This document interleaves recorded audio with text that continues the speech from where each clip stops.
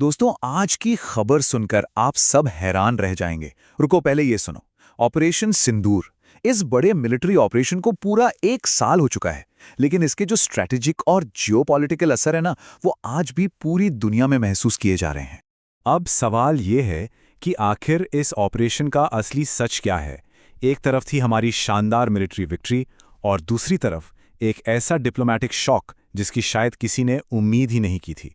आज मैं ये पूरा मामला समझाऊंगा बिल्कुल लॉजिकल तरीके से। तो सबसे पहले बात करते हैं द ट्रिगर की, यानी Pahalgam attack. 22 April 2025 Jammu and Kashmir के पहलगाम में एक बेहद दर्दनाक आतंकी हमला होता है।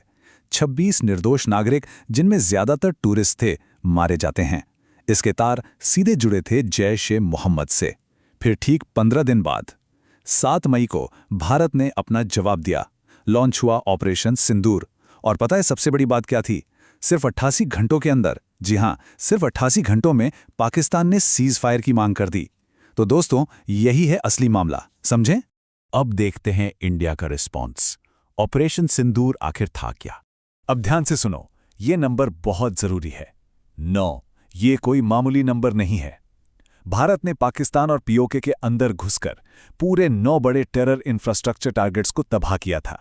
इसमें लश्कर-ए-तैयबा का मुरीद के हेडक्वार्टर और जैश का भावलपुर हेडक्वार्टर भी शामिल था। एकदम सटीक, क्लीन स्ट्राइक। और यहीं से शुरू होती है हमारी मिलिट्री विक्ट्री और द न्यू नॉर्मल। इस ऑपरेशन से भारत ने दुनिया को दिखा दिया कि हम calibrated cross border precision strike बहुत आराम से कर सकते हैं। हमारी लूटरिंग मुनिशन और क्रूज मिसाइल्स की जो कैपेबिलिटी है वो पूरी तरह प्रूव हो गई। और सबसे अहम बात, बिना किसी न्यूक्लियर एस्केलेशन के हमने इस कॉन्फ्लिक्ट को मैनेज किया।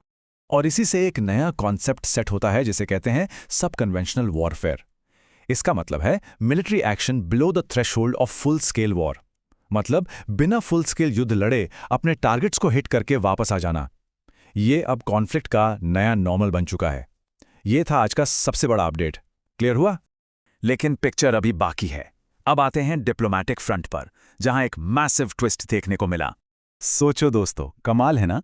ऑपरेशन के बाद पाकिस्तान ने एक जबरदस्त डिप्लोमैटिक चाल चली। उन्होंने सीज फायर के लिए सीधा डोनाल्ड ट्रंप को नोबेल पीस प्राइज के लिए नॉमिनेट कर दिया। और इसका नतीजा, यूएस और पाकिस्तान के रिलेशंस एकदम वार्म हो गए। दूसरी तरफ भारत ने साफ कह दिया कि हम ट्रंप को इस सीज फायर का क्रेडिट नहीं देंगे। इसके चलते मोदी और ट्रंप के रिलेशंस में थोड़ी ठंडक आ गई। ये तो चौंकाने वाला है यार। और ग्राउंड पर डिप्लोमैटिक रियलिटी कुछ और ही थी। इस ऑपरेशन के बाद पाकिस्तान के आर्मी चीफ आसिम मुनीर की ग्लोबल इमेज खराब होने के बजाय उल्टा बेहतर हो गई। सोचो जरा, पाकिस्तान ने खुद को एक ग्लोबल पीसमेकर के तौर पर प्रोजेक्ट कर लिया। यहां तक कि अप्रैल 2026 में उन्होंने अमेरिका-ईरान टॉक्स भी होस्ट कर लिए।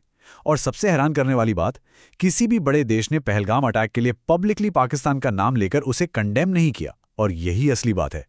और बात सिर्फ यहीं खत्म नहीं होती। चीन और पाकिस्तान की ऑल वेदर पार्टनरशिप अभी भी बहुत मजबूत है। चीन का J-10C फाइटर जेट, जो पाकिस्तान ने इस दौरान इस्तेमाल किया, उसे अब बैटल टेस्टेड स्टेटस मिल चुका है। ये हमारे डिफेंस के लिए एक बहुत बड़ा अलर्ट है। तो अब बात करते हैं इंडियन एयरफोर्स के सबसे बड़े चैलेंज की। अब ध्यान से सुनो, ये डेटा बहुत क्रिटिकल है।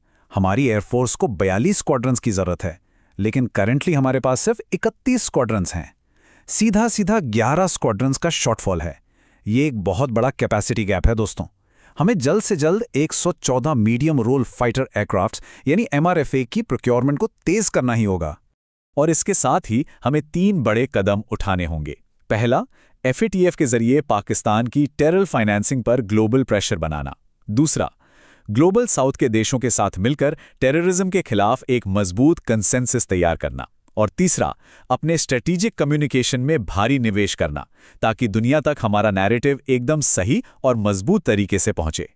फाइनली, इस कोट को हमेशा याद रखिए, जो पूरे सिनेरियो को बिल्कुल क्लियर कर देता है। India's nuclear doctrine is no first use. सब conventional warfare is the new normal. Bharat अपनी न्यूक्लियर नीति पर कायम है, लेकिन आतंकियों को उनके घर में घुसकर मारना अब नया नॉर्मल है। अब बताओ आगे क्या होगा? क्या हम डिप्लोमैटिक मोर्चे पे भी इन चैलेंजेस को पार कर पाएंगे? तो दोस्तों, यही था आज का पूरा मामला। लाइक करो, शेयर करो और चैनल को सब्सक्राइब करना मत भूलना। मिलते हैं अगले विश्लेषण में।